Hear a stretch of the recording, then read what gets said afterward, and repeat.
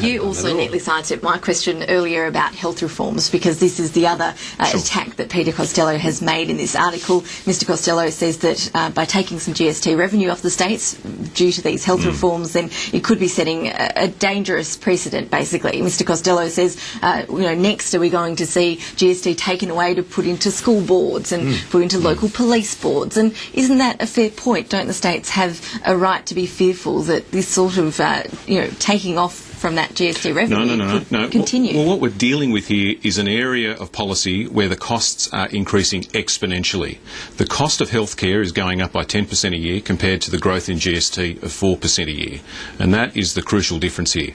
The changes we want to make to the health system, to the hospital system, to fix it, are supported by doctors, are supported by nurses, are supported overwhelmingly by the general public. If you think that the system, are the states going to sign up? Well, the states will be better off as a result. But will they sign Because up? if you go to a 60-40 model, it means that the extra cost of funding the health system will be managed disproportionately by the federal government, by the government that has the best tax basis upon which to fund the system. Not the system. As Scott is pointing out, it does look very unlikely at this stage anyway. None of the states have committed to this plan. They keep saying they need to see the Henry tax review released, for example, so they can see how those GST changes could fit in with some overarching changes to the tax system. And we've assured the states that no state will be worse off.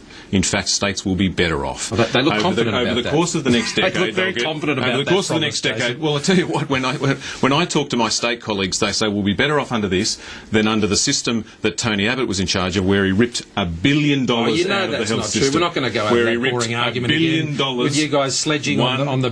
We've gone through that in Parliament day after day. $1 billion. Leave the untruths for Parliament, Jason. $1 billion. We heard in question time yesterday, Mr Abbott was reminded by the government of his record on as when he was health minister, of course, under the Howard government. Let's have a look at some of that from yesterday.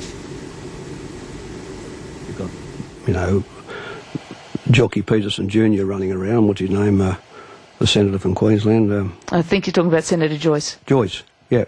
You wouldn't trust this mob with a jam jar full of 5-cent bits. I mean, if Tony Abbott ends up the Prime Minister of Australia, you've got to say, God help us.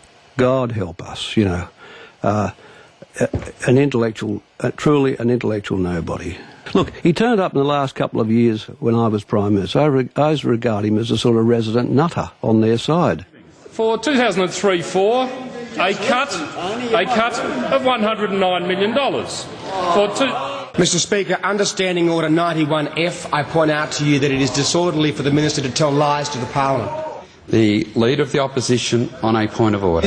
Is it in order for the Minister to misleadingly quote the budget papers and not the part of the budget papers that say there is a $10 billion increase? The first soundbite there was obviously not Lindsay Tanner. That was the former Prime Minister Paul Keating, and we will get to those comments in a minute. But firstly, just yesterday we did see this attack on Tony Abbott. Every time the Health Minister does a news conference, she mentions that Tony Abbott took $1 billion out of the health system. Did he, Scott? No, of course he didn't. It's totally not true. As Tony said yesterday, they're selectively quoting budget papers. There was a real increase in health funding over that period of time. The Commonwealth State Health Agreements show that clearly, and this is just more spin from a Labor government desperately trying to hide the fact that what Kevin Rudd is putting around is a plan that will not be supported by the states. It's a plan to make him look tough before an election, not a plan to fix hospitals. If you're going to put forward a plan, you've got to get people to actually back it in the states. Otherwise, it will be a failure. So until he can demonstrate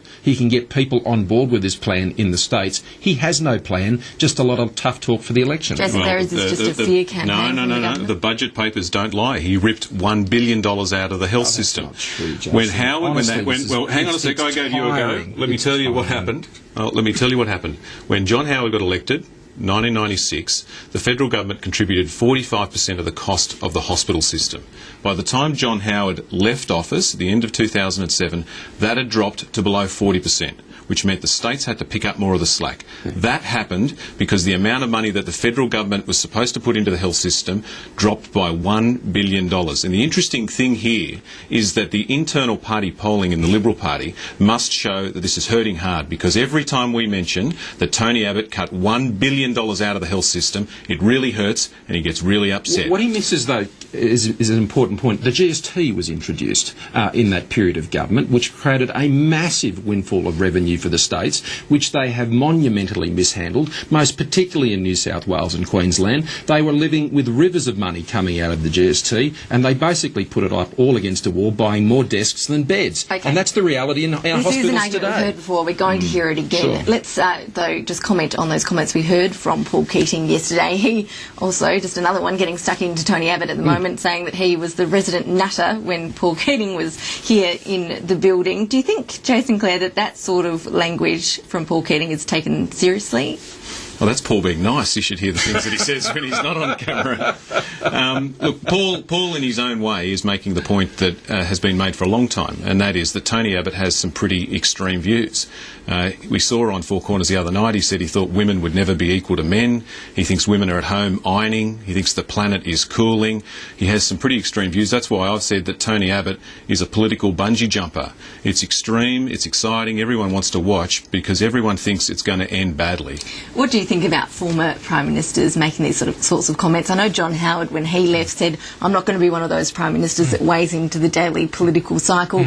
Earlier this week, though, he also gave an interview to the Australian, slamming Kevin Rudd, saying that he hasn't achieved anything in the first couple of years. Do you think former PMs should just back off and stay out of this stuff? Oh, look, I think it's important in our country that we give esteem to former PMs. I mean, they've risen to the highest office in the country.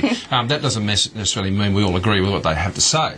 I mean, if we're going to take Paul Keating's comments on Tony Abbott, well, frankly, I'm happy for Paul Keating to be sledging Tony Abbott. Paul Keating's record and Paul Keating's relationship with the Australian people at the end of his term spoke for itself. What about Peter Costello? I'm now looking forward to Gough Whitlam's endorsement of Kevin Rudd, because he is probably the most Whitlamite Prime Minister we've had since Gough Whitlam. So if Gough Whitlam and Paul Keating want to back Kevin Rudd and back Tony Abbott, well, they are welcome to do it, because I think that speaks volumes about the Rudd government. We are going to take a break, and we're going to try not to mention Peter Costello or Paul Keating or John Howard in the next half of the program. We'll be back with you in just a couple of minutes.